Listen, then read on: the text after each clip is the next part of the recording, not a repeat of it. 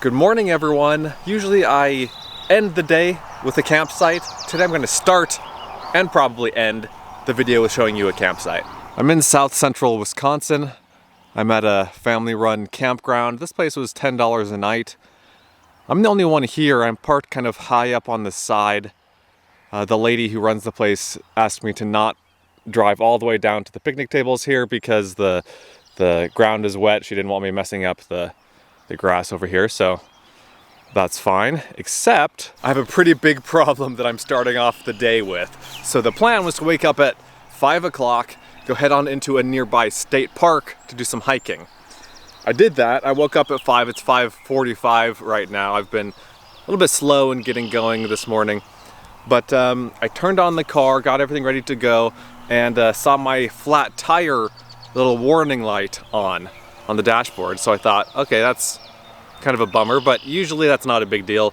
Usually that just means that like a tire is kind of low, and maybe it was cold overnight, so the sensors don't feel like there's much air in the tires. So I got out, looked around, and checked the tires, and then I saw this.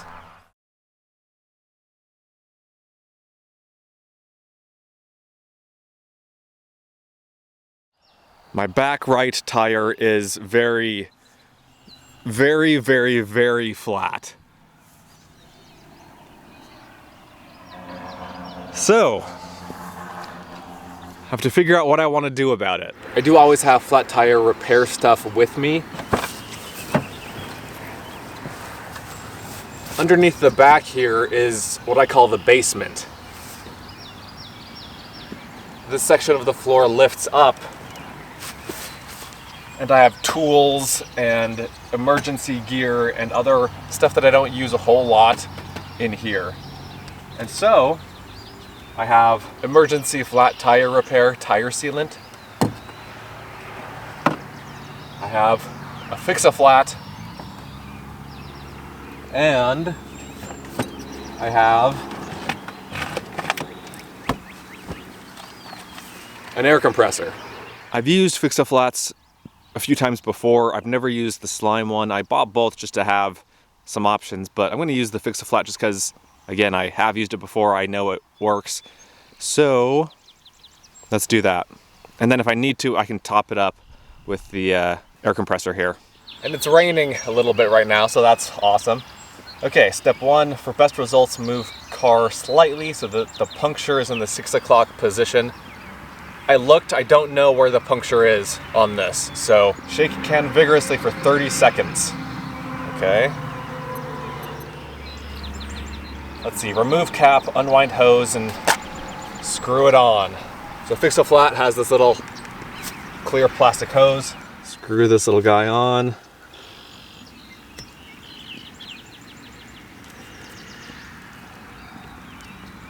Okay, hold can upright. Push a button down firmly. Product will be activated automatically. And when the product stops moving through the clear hose, release the button, then unscrew hose.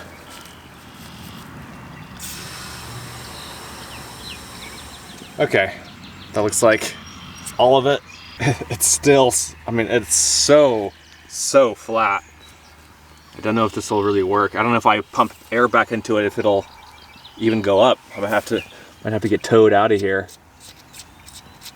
or put the spare on. Of course, I'm not on solid ground though, so that's awesome. If I do have to jack the car up and change out the spare tire, but anyway, let's see if I can just add some air to this thing. My camera battery is dying and it's raining more, so the camera's getting wet.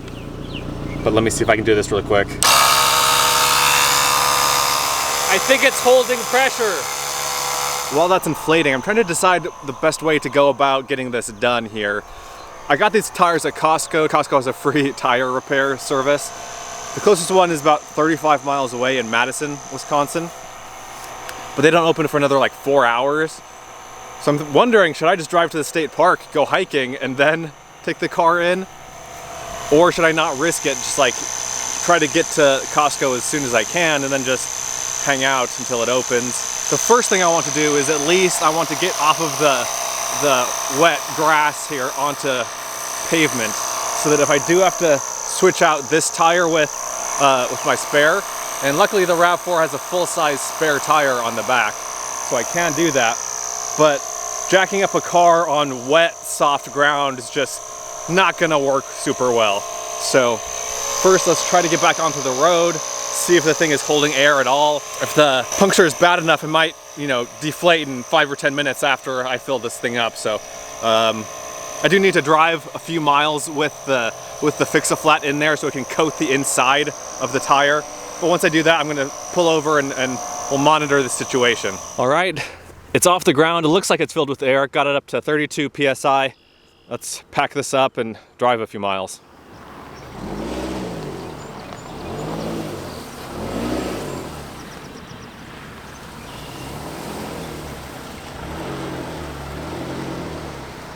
Well, having driven it a few miles now, still looks good. I made it out onto a real road, into civilization. Still haven't decided what I'm gonna do yet. Let me drive around a little bit more, then I'll update you guys. I've driven 12 miles now. Tire is still holding it together. I think it's gotten a little bit flatter, but it's still pretty good, still drivable, I think. I'm chilling right now in a Piggly Wiggly parking lot. I don't know yet what the plan is for the next couple of hours. I think I'm just gonna hold off on making a decision for a little bit. 20 minutes in that direction is hiking, the hiking that I wanted to do. 20 minutes in this direction is the Costco to get my tires fixed. If it weren't raining, I would just go hiking. I'd be fine with leaving the car for a couple hours. I might need to fill up the tire when I get back. When I got back to the car, fill it up with some air, you know, top it off. But that's fine. It's gonna be raining for at least the next hour or two. And so I think I'm just gonna wait. I'm gonna wait here in the parking lot. If the rain goes away, then I'll go hiking. If it goes away pretty soon, I'll go hiking. If it doesn't go away, I will just drive to town. And I mean, the problem is Costco doesn't open for another 3.5 hours, so I have time to kill. I'd rather wait here a little bit and then go hike than just go wait for 4 hours, 3.5 hours in the Costco parking lot. But anyway, let me figure this out, then I'll get back to you guys.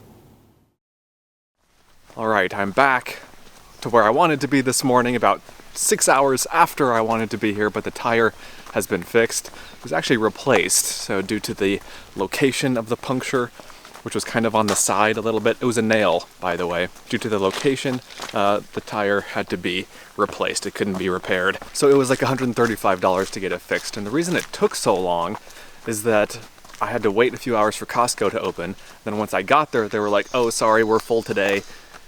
We can't really fit you in. Like, we might be able to fit you in, but we can't guarantee that at any time today we'll be able to fix that for you. So I thought, okay, that's lame.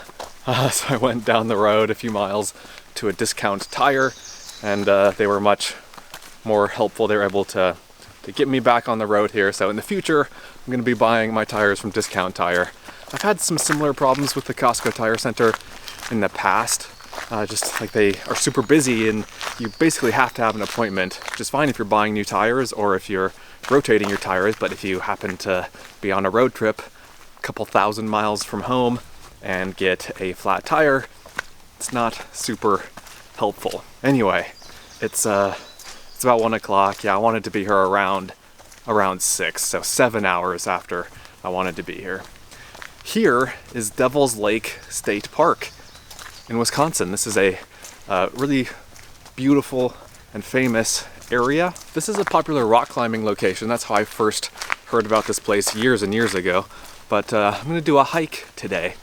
And when I don't have a lot of time to explore a place like is the case today, hold on, I need to see where I'm supposed to hike. I think, yeah, the trail goes up the rocks here. I missed this. This one's kind of hidden, easy to miss. Anyway, when I don't have a lot of time to explore a place, I try to find what the one trail is that I'm supposed to do. What's the single best trail in the area. And my results led me to this one, which is called the East Bluff Trail, I think. Yeah, East Bluff Trail. I think it's 2 or 3 miles. And I'm just getting into the rocky sections now. And I've already gained some elevation here. I can already see the lake out here from an elevated position, but I expect the views of the lake are gonna increase as we continue hiking here.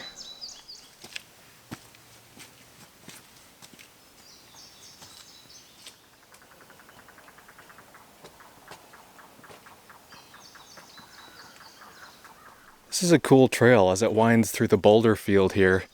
They've made some big steps, big rock steps. Must have been a tremendous amount of work to build this trail.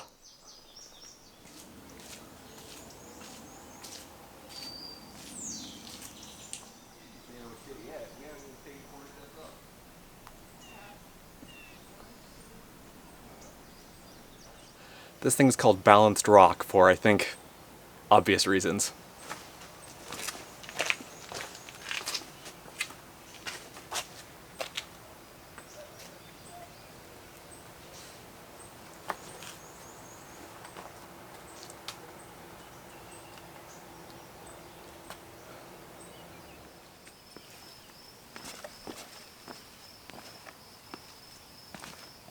And then this is called the Devil's Doorway. This is probably the most emblematic rock formation in the park here. Pretty crazy. It's amazing that it's still standing. It hasn't fallen down yet. Great view though. Beautiful place.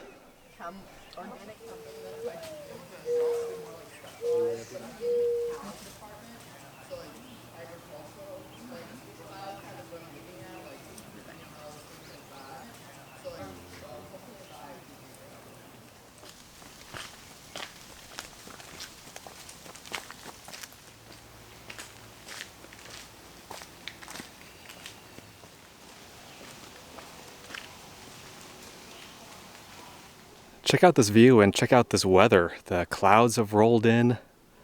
It's foggy and mysterious. Really pretty. It's weird to me how humid it is here. And I mean, I know it rained for the last couple of days, so obviously it's going to be more humid than usual, but like my shirt is wet. Not from sweating, just from the humidity, and where I am, I'm not really used to that sort of thing. I've made it now to the end of the trail. Sort of. It's sort of the end and it's sort of halfway. Let me explain here. I parked and started hiking at this end of the lake, the south end of the lake. And this is the lake. This is Devil's Lake. And I'm now at the north end. I'm at the opposite end of the lake. The trail that I've been hiking basically walks along the top of this bluff over here. That's why it's called the East Bluff. There's also a West Bluff trail that goes over the top of that one. So I've walked from here over this to here, and I need to get back over here. So what I'm going to do is instead of hiking the same trail, I'm going to hike a different one that's like deeper into the forest. I think it's called the East Woods Trail, and it's 1.5 miles or less. I'm not sure exactly, I don't remember, but I'm going to take that back to the car and then head on to the next spot.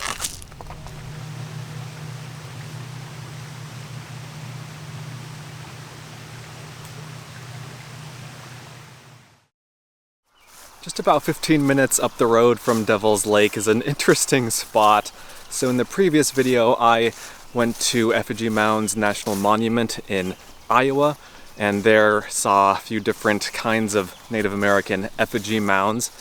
There were just conical ones, there were bear-shaped ones.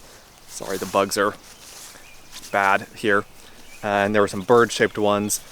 Here, this place that I'm at now, it's called Man Mound. It's the only human-shaped mound in existence. The problem is that it doesn't really look like much from the ground. You would need to get a bird's eye view, I think, to really appreciate this thing. But it's 214 feet long. The feet are down here. The head is up here. The feet were actually cut off by this road. I'll show you that in a minute. If you could see it from the air, this is what it would look like. Head, feet, and arms. And back in the day, they used to outline it with chalk or lime. But again, today it's just kind of a shapeless pile of grass. This is the head, the ears are right here. This is one ear, this is the other ear. These are the feet and legs, so this is a foot, that's a foot, and then the two legs, 1, 2. And the legs are painted on the road where they would be. And there's the rest of the mound. It's raining, and this is kind of a neighborhood, like there are houses nearby. I'm not going to fly the drone even though that'd be cool. And this mound is old. This is over 1,000 years old, could be 1,500 years old. No one's exactly sure. And also no one's exactly sure if there are bodies inside, if this is a burial site. They think that it could be the burial site of a prominent shaman or a leader, but it's never been excavated, so no one knows for sure.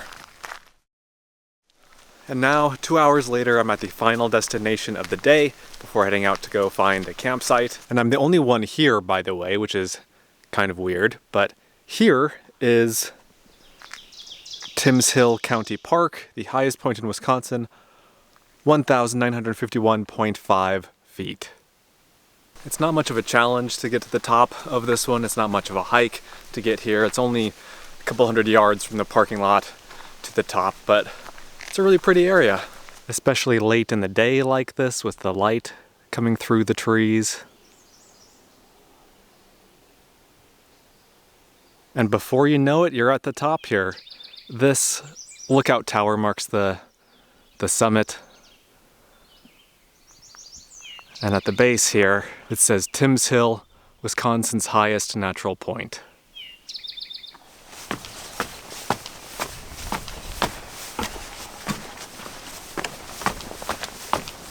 And this is the view from the top.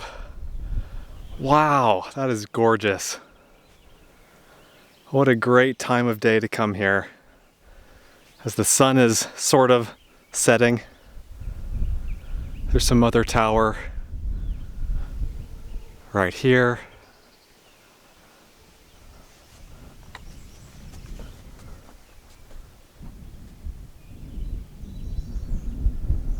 I love it.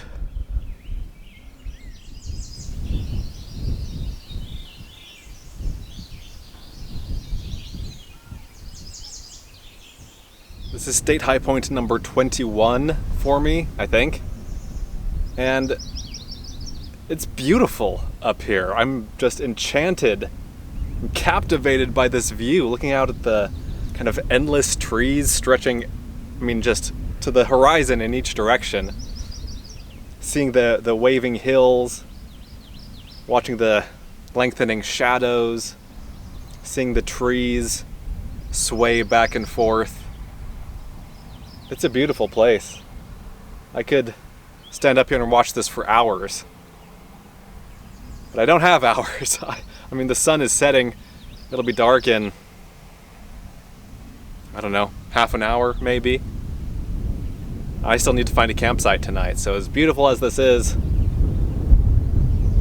let's hit the road. I'll see you at camp.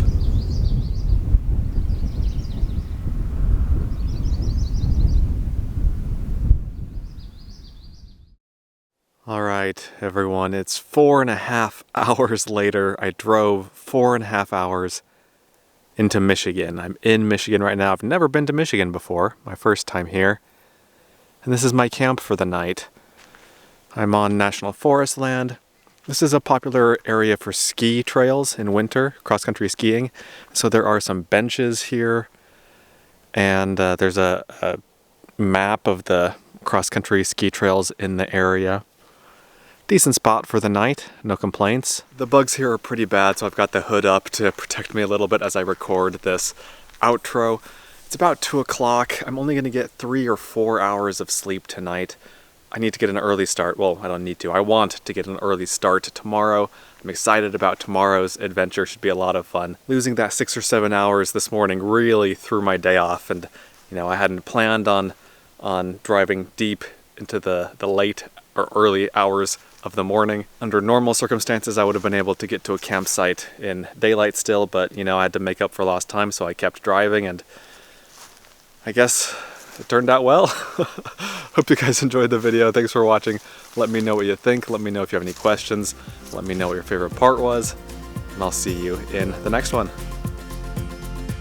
Be sure to check out Adventure Know-How, my new site, where you can gain access to a map of all of my free campsites, plus monthly bonus videos that you won't find anywhere else. Learn more at adventureknowhow.com. And for links to everything else SUV RVing related, visit suvrving.com. Links to these sites and more will be in the video description.